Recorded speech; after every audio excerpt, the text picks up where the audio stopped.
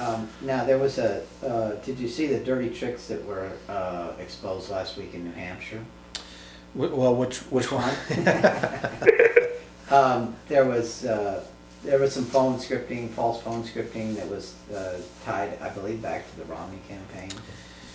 Is this the push polling stuff that we're talking about? Yeah, the Attorney General investigation? Yeah. Yeah. And they exposed it. I just wondered, are you familiar with that company? Or you mean more information? Yeah. In Watts, Western Watts. Exactly. Yeah, Western Watts is just a large, it's a large telemarketing group. I mean, they're just huge. They do lots of things. Mm-hmm. I don't know more information except from what I've read in the press accounts. I think that the thing that's of interest there is that if you cannot, so it's been, as far as I understand, it is fact that more information was hired by somebody to subcontract to Western Watts to do this job.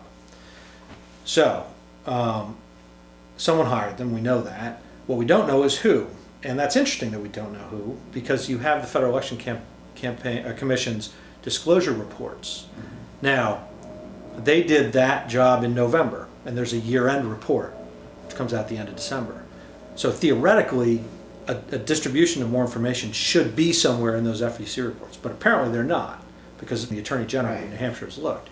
So what does that mean? Well, that means, first thing that means is someone knew what they were doing wasn't on the up and up. Now, I'm not going to say illegal because I don't know, but that it was not the type of thing you want to disclose to the public. So there's, I guess the legal term is mens rea, or guilty mind. So clearly someone made the effort to disguise that program by paying the money through another mechanism, a law firm, a consultant, somebody other than more information, so it couldn't be tracked back to the campaign. I think that in and of itself speaks volumes about the intent of the program.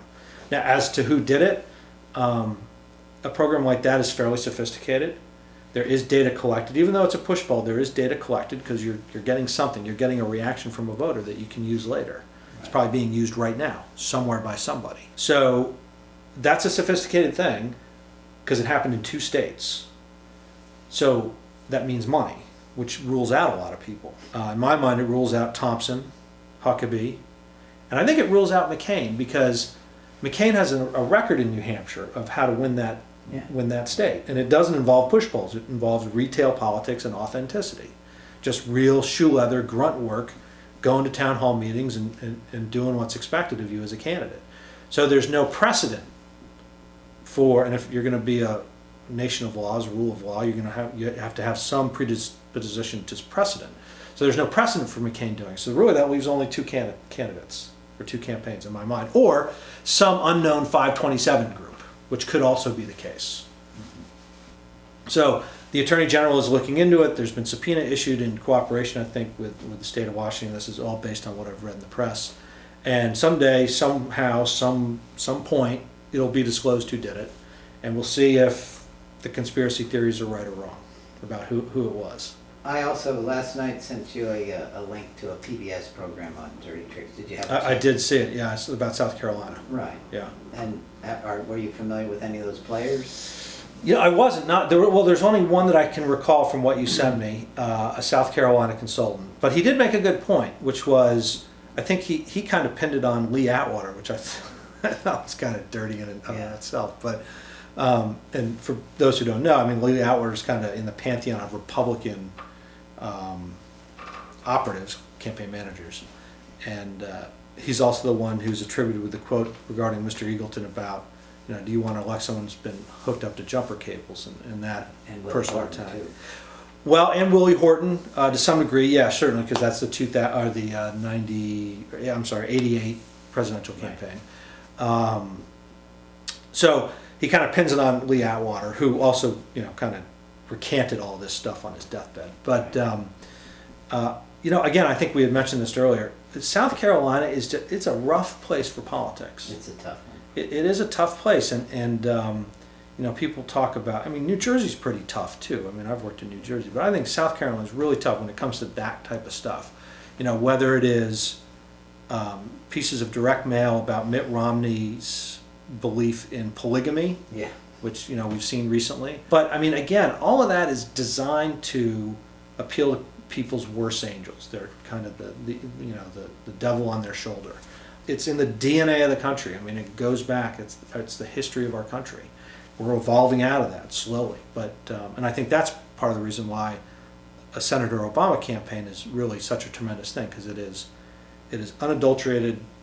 It is change. You can call it what you like, but it's absolute change, and people, I think, want to see something like that. So anyway, I did see that link, and I think that sure, and there's more to come.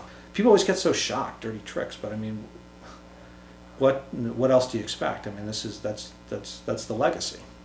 So it seems that there's been several people like yourself, Republican operatives, who kind of had a change of heart recently and coming out with books and stuff like that. Do you see that as a natural thing that happens when we have a lame duck presidency, or yeah, I don't know. I can't explain it. Change. Yeah, I can't explain it for them. I can explain it for me. I mean, mine is, in some of the ways, what happened to me was the worst thing. In some of the ways, it was not, not the worst thing, because I've had a change of heart about, how things should go.